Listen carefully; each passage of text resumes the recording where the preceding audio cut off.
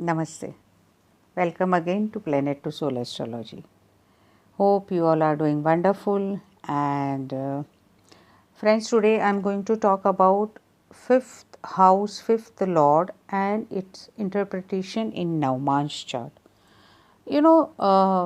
The basic chart, we all know that fifth house is a Dharma Trikona or Lakshmi Sthan, and it carries uh, you know it carries the past life values, it carries the past life karmas, it carries the baggage of our blissful moments as well as our sinful moments, because that is why we are born as a human, so that we can we can understand, we can suffer as well as we can enjoy, and we can repay our pending desires, our ancestors pending desires, as well as we do the karmas as per our this birth as well as our sanchit karmas.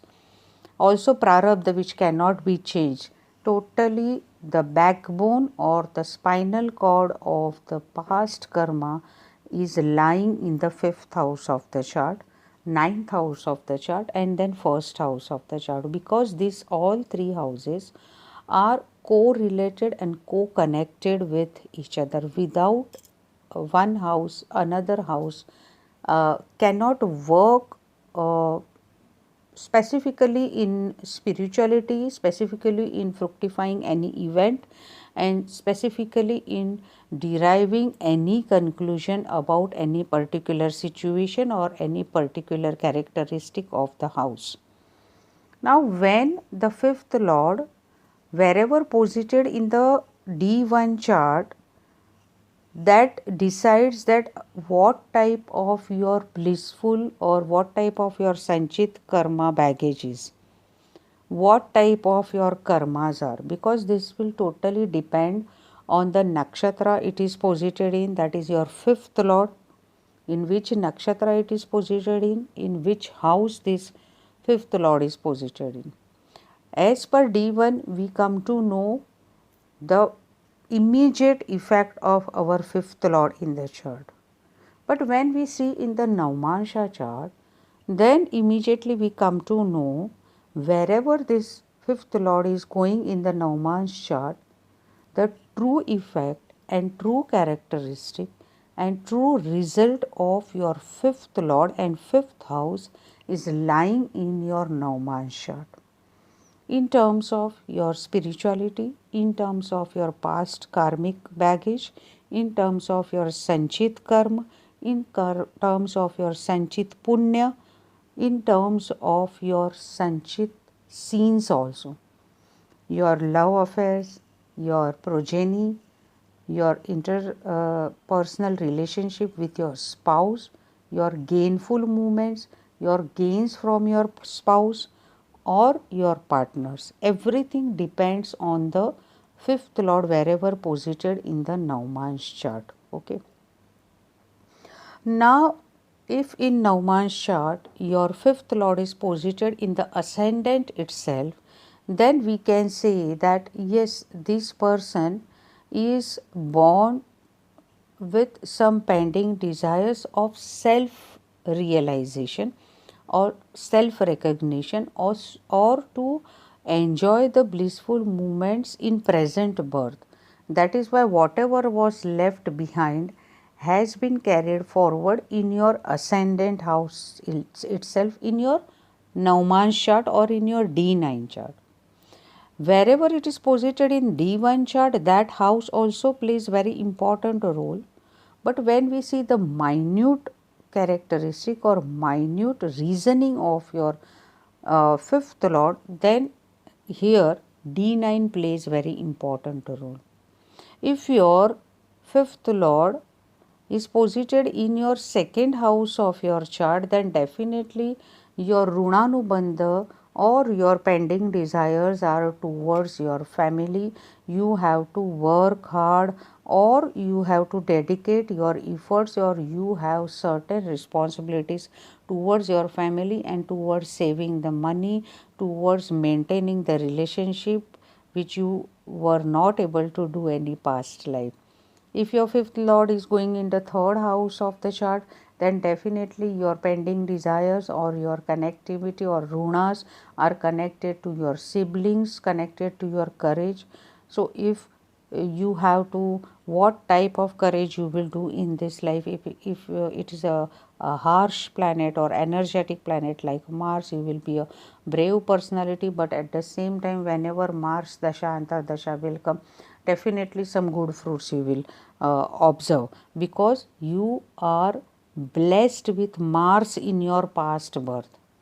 You are blessed with Mercury, if it is then in your past birth, wherever it is, in first house, second house, third house, any house, whenever fifth lord is going, that means that particular planet is a blessed planet in your chart. Don't forget that.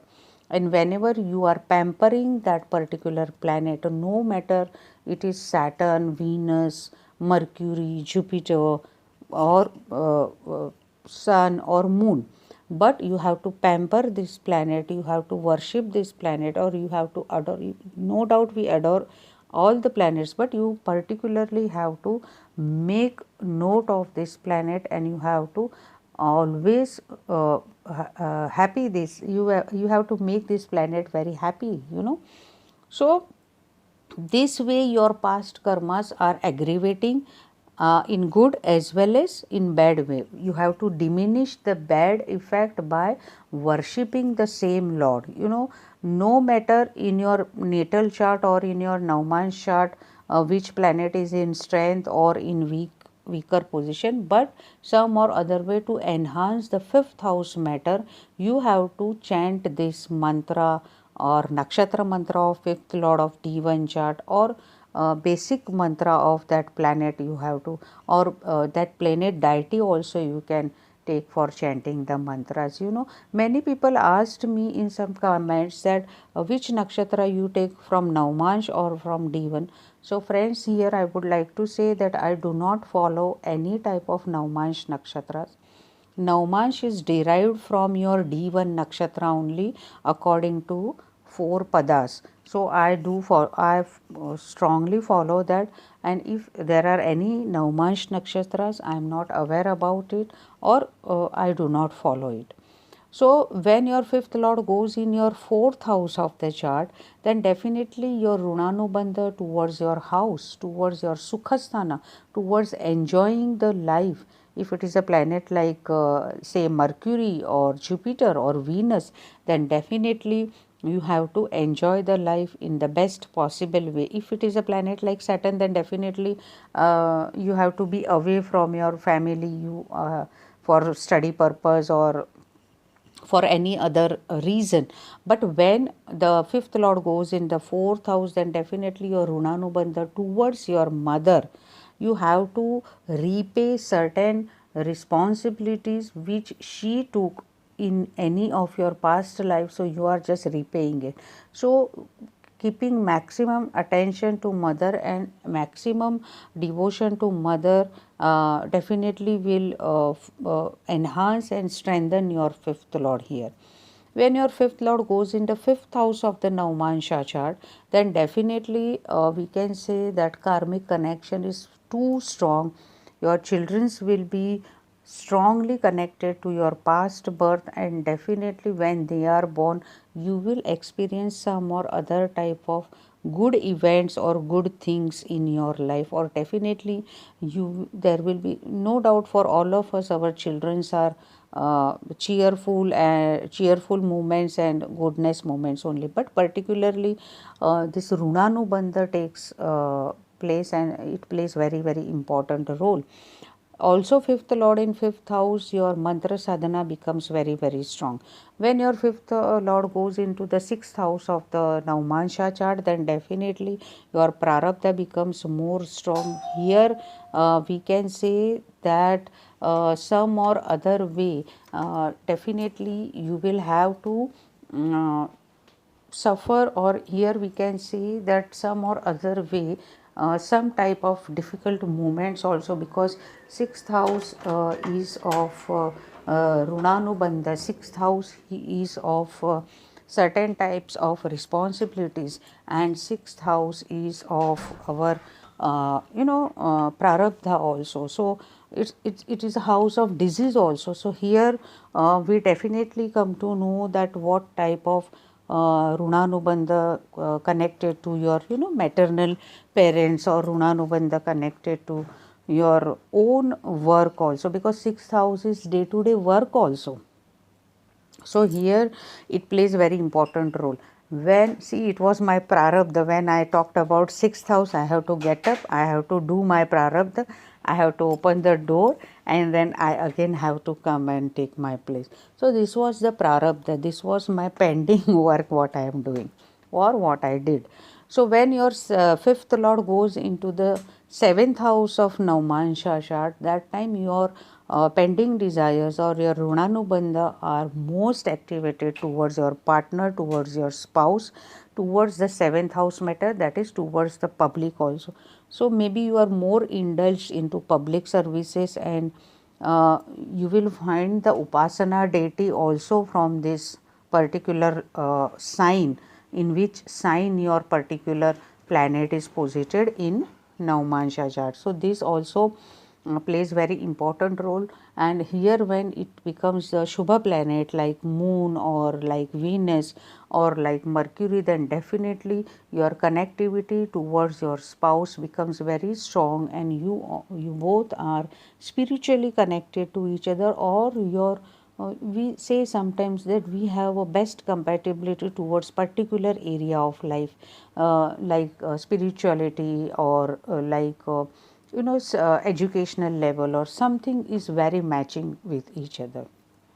When this fifth lord goes into the eighth house of your NAVMANSH chart, then definitely the hidden desires are activating. You are bound to know some things in advance.